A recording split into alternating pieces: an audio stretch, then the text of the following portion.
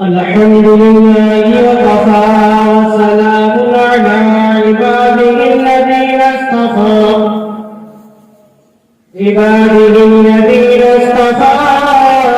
أما بعد فأعوذ بالله من الشيطان الرجيم بسم الله الرحمن الرحيم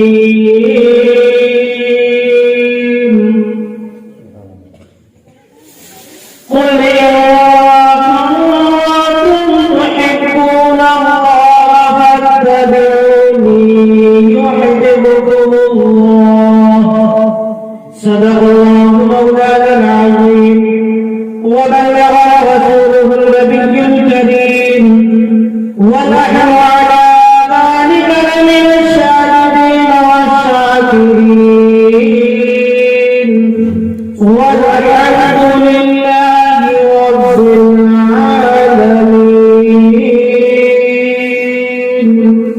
برادران اسلام، اللہ تبارک و تعالی نے قرآن مجید میں ارشاد فرمایا قل إن كنتم تحبون الله فاتبعوني يحببكم الله. یعنی اے محبوب آپ لوگوں سے فرما دیجئے، اللہ تبارک و تعالی ارشاد فرما رہا ہے اے محبوب آپ لوگوں سے فرما دیجئے کہ تم میری اتباع کرو، اللہ تبارک و تعالی تمہیں دوست رکھے گا، محبوب رکھے گا. برادران اسلام، جیسا کہ ہم دنیا میں دیکھتے ہیں، ہم دنیا کا جائزہ لیں تو ہم دیکھتے ہیں کہ جو انسان جس سے محبت کرتا ہے اپنے محبوب کی تعریف کرتا ہوا نظر آتا ہے. جو انسان جس سے محبت کرتا ہے اپنے محبوب کی ہر ادا کو اپنانے کی کوشش کرتا ہے. جو انسان جس سے محبت کرتا ہے اپنے محبوب کے ہر قول و فعل کو اپنانے کی کوشش کرتا ہے. اسی لیے اللہ تبارک و تعالی نے انسانوں سے ارشاد فرما دیا اے لوگوں اگر تم مجھے راضی کرنا چاہتے ہو تو پہلے میرے محبوب کو راضی کرنا ہوگا. اللہ تبارک و تعالی ارشاد فرماتا اگر تم مجھے راضی کرنا چاہتے ہو تو پہلے میرے محبوب کو راضی کرنا ہوگا. ہم دنیا میں رہ کر کے نماز پڑھتے رہے، روزے رکھتے رہے، زندگی بھر عبادت کرتے رہے، اگر ہمارے سینے میں آقا کی محبت نہیں ہے، ہم آقا سے محبت نہیں کرتے ہیں تو وہ ہماری عبادت ساری کی ساری بیکار. میں آپ کو بتاؤں آقا سے محبت کرنے کا صلہ کیا ملتا ہے. ایک مرتبہ علیہ الصلوۃ والسلام کی بات کا ایک شخص حاضر ہوا اور کہنے لگے کہ آقا قیامت کب آئے گی. آقا سے سوال کیا آقا قیامت کب آئے گی. جب آقا نے سننے کے بعد ارشاد فرمایا اے قیامت کے بارے میں سوال کرنے والے تو نے قیامت کی کیا تیاری کی ہے. آقا ارشاد فرماتے ہیں کہ قیامت کے بارے میں سوال کرنے والے تو نے قیامت کی کیا تیاری کی ہے. وہ کہنے لگا آقا میں نے نماز تو پڑھی ہے لیکن مجھے اپنی نماز کا نام نہیں ہے. آقا میں نے روزہ تو رکھا ہے لیکن مجھے اپنے روزے پر نام نہیں ہے. آقا میں نے حج تو کیا ہے لیکن مجھے اپنے حج پر نام نہیں ہے. آقا میں نے سجدہ تو کیا ہے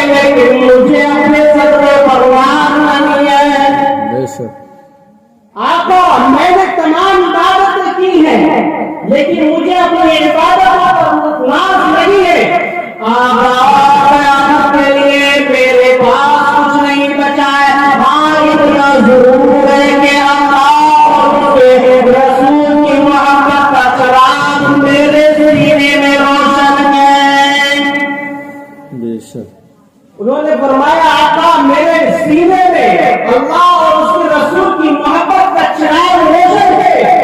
اتنا سننے کے بعد آقا علیہ الصلوۃ والسلام نے ارشاد فرمایا اگر ایسا ہے تو تم جنت میں میرے ساتھ رہیں۔ کس کی بدولت؟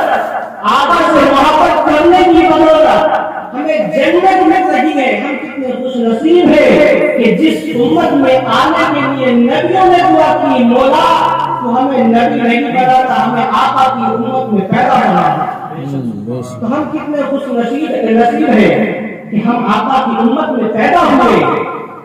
برادران اسلام، ایک یہودی اور اس کی بیوی اور اس کے پاس ایک نوجوان بیٹا، یہ دونوں میاں بیوی ہر وقت آقا علیہ الصلوۃ والسلام کی شان میں گستاخی کرنے کی باتیں کیا کرتے تھے۔ وہ نوجوان لڑکا اپنے ماں باپ سے آقا علیہ الصلوۃ والسلام کی شان میں گستاخیاں سنا کرتا تھا۔ تو ایک دن اس کے دل میں بھی خیال آ گیا کہ میں محمد عربی کے راستے میں باتیں بچھا دوں گا، جب محمد عربی آئیں گے تو ان کو تکلیف ہوگی۔ اب وہ نوجوان چلا گیا، جانے کے بعد اس نے باتیں بچھا دیے، باتیں بچھانا دے۔ اب وہ سوچنے لگا کہ محمد عربی آئیں گے ان کو تکلیف ہوگی۔ اب آقا علیہ الصلوۃ والسلام تشریف لائے، لانے کے بعد دور کی رک گئے، رکنے کے بعد مسکرا دیے۔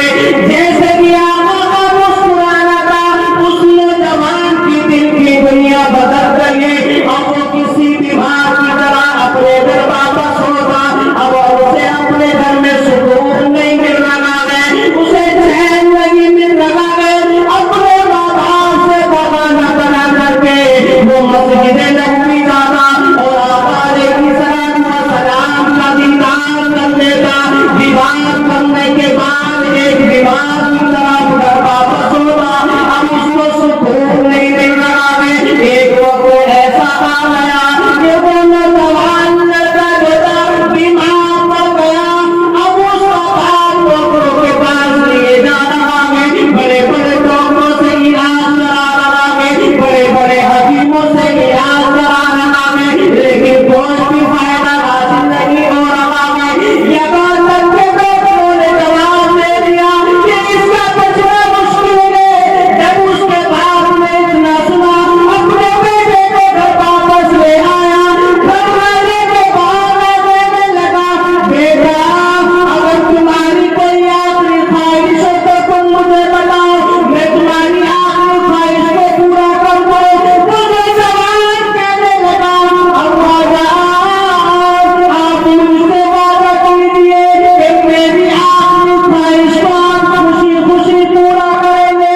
اتنا سننے کے بعد باپ کہنے لگا ہاں بیٹا چاہے میری جان چلی جائے میں تمہاری آخری خواہش کو پورا کروں گا۔ اب وہ کہنے لگا، وہ نوجوان کہنے لگا ابا جان میں چند دنوں سے محمد عربی صلی اللہ علیہ وسلم کی محبت میں گرفتار ہو گیا ہوں۔ اب وہ نوجوان کہہ رہا ہے جب باپ نے سنا، سننے کے بعد کان پیلا ہو گیا، آنکھیں لال ہو گئے، کہنے لگا بیٹا یہ تو میرے لیے بہت اپنے کی بات ہے، بستی والے مجھے بستی سے باہر نکال دیں گے۔ باپ کہہ رہا ہے کہ بیٹا میرے لیے یہ تو بڑی مشکل کی بات ہے، لیکن بیٹا کہنے لگا ابا جان آپ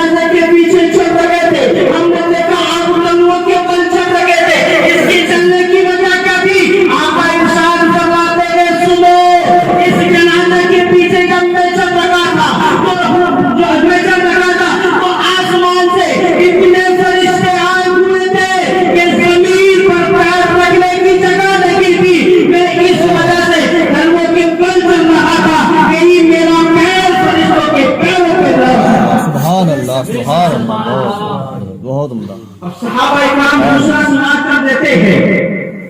آقا ہم نے آپ کو اس سے پہلے کبھی اتنا پسینہ آتش میں نہیں دیکھا. آقا ارشاد فرماتے ہیں سنو، جب میں اس کو قبر میں اتارنے کے لیے قبر میں داخل ہو رہا تھا تو اس کی نوجوان کی قبر کو پرانے جنت گھیرے کوئی تھی. میں ان کو ہٹا رہا تھا، ان کو ہٹانے میں مجھ کو اتنا پسینہ سبحان اللہ سبحان برادران اسلام، ہم آقا کے امتی ہیں. ہمیں بڑا چاہیے ہم سچے دل سے آقا علیہ الصلوۃ والسلام سے محبت کریں اور ہمارے آقا کی آنکھوں کی ٹھنڈک نماز ہے. ہم 5 وقت نماز پڑھتے رہیں اور آقا کی آنکھوں کو ٹھنڈک پہنچاتے رہیں. اللہ تعالیٰ سے دعا ہے، میں نے جو بولا آپ نے جو سنا اس میں جو غلطی ہو گئی ہو اللہ تبارک و تعالیٰ اس کو معاف فرمائے اور اپنی بارگاہ میں قبول فرمائے اور اس کے صدقے میں مرحوم کی مغفرت فرمائے. وما علینا الا البلاغ. السلام علیکم ورحمۃ اللہ وبرکاتہ. وعلیکم السلام.